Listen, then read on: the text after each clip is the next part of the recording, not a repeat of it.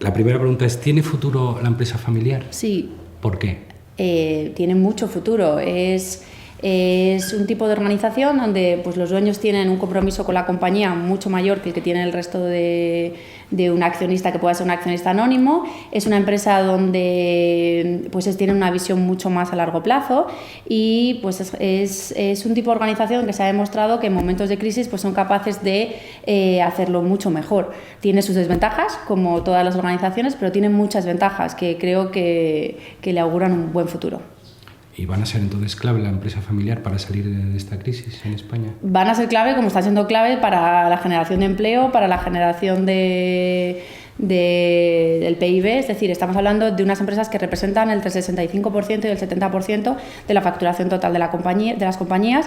Estamos hablando de unas empresas que representan el 70% del empleo, es decir, son unas empresas que juegan un papel clave en la economía y no solo en España. Estas cifras pueden ser trasladadas a cualquier país europeo e incluso si nos vamos a países como India o como Chile o como México, pues las cifras son todavía mayores. El título de su conferencia es Del negocio familiar a la empresa familiar. ¿Qué diferencia hay entre un negocio y una empresa familiar?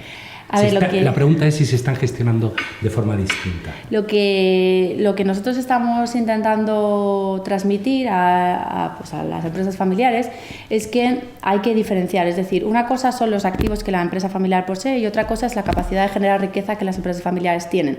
Si nosotros somos capaces de convencer a las empresas de que no es lo mismo, es decir, que lo que tienen que mantener no son los activos, sino lo que tienen que mantener es la capacidad de generar riqueza, pues seremos capaces de cambiar muchas actitudes que hasta ahora se han considerado vitales. Es decir, el empresario tiene que entender que no se tiene que empeñar en conservar en la empresa, lo que tiene que empeñarse es en conservar el valor neto de su patrimonio, que es una cosa muy distinta. Es decir, si en algún momento hay que vender la compañía, pues hay que venderla. Porque no pasa nada, porque probablemente ese empresario ya no aporta valor a esa empresa. Lo que tiene que hacer es vender la compañía y usar esos fondos para generar riqueza en otro sitio. Pero resulta muy difícil que a una persona que ha creado su empresa venderla.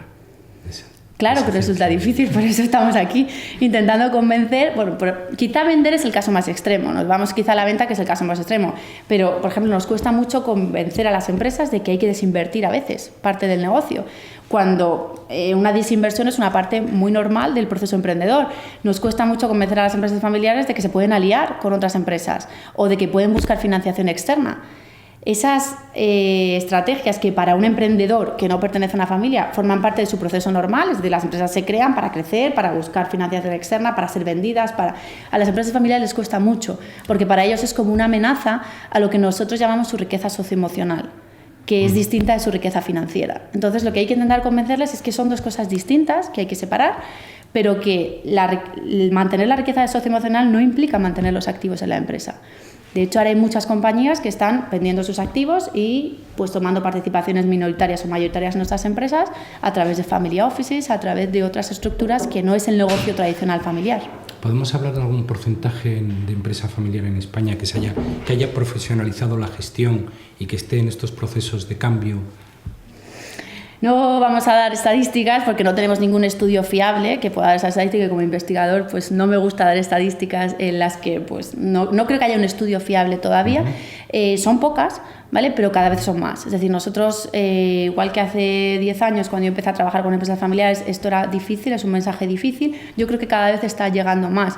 Y si leemos la prensa económica, pues vemos que cada vez hay más grupos familiares que a través de sus oficinas familiares o a través de sus vehículos de inversión están tomando participaciones en otras compañías y entendiendo que a lo mejor el hecho de que su padre fuera muy bueno haciendo ropa no quiere decir que ellos tengan que seguir siendo igual de buenos haciendo lo mismo, porque probablemente a lo mejor las oportunidades en ese sector se han acabado. Entonces su papel, yo siempre le digo, la siguiente generación tiene que reinventar el modelo de negocio completamente, porque los ciclos cada vez son más pequeños y la probabilidad de que una empresa siga haciendo lo mismo durante generaciones cada vez es menor.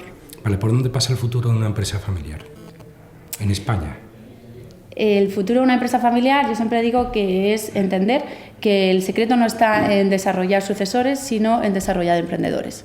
Es decir, el fundador y la siguiente generación tiene que tener claro que lo que tiene que hacer es formar a sus hijos para que sean emprendedores, es decir, para que sean capaces de buscar oportunidades de negocio allá donde las haya, y no formar a su hijo para ser el mejor directivo de la compañía. Porque yo siempre digo, estoy convencida que si me pongo a buscar encuentro un directivo igual de bueno que tú. Lo que no tengo tan claro es que encuentre un propietario de tu empresa familiar igual de bueno que tú.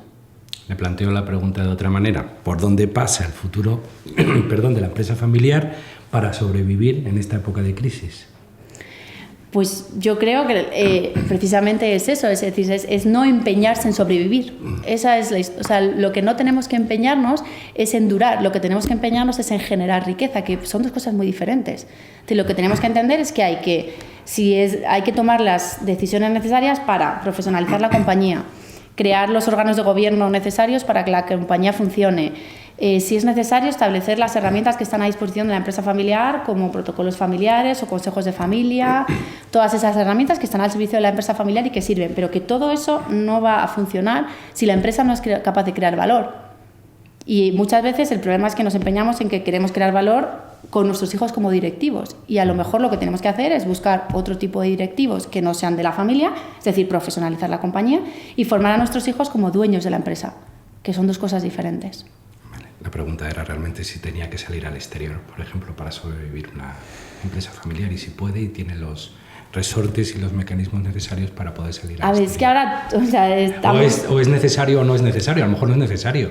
Quiero decir, ahora estamos diciendo que todas las empresas tienen que salir al exterior para sobrevivir. Entonces las empresas familiares en eso no son diferentes. Es decir, tienen que salir al exterior como cualquier otra compañía. ¿Qué tiene de diferente el hecho de la empresa familiar? Que quizá tienen una cierta aversión a salir al exterior porque por su propia naturaleza pues a veces les da más miedo, porque piensan que el salir al exterior les va a obligar a hacer muchos cambios internos, eso atenta contra su propia identidad como empresa familiar y les da más miedo. Yo tampoco creo que sean más aversas al riesgo, simplemente es que son más aversas a perder esa riqueza socioemocional de la que hablamos.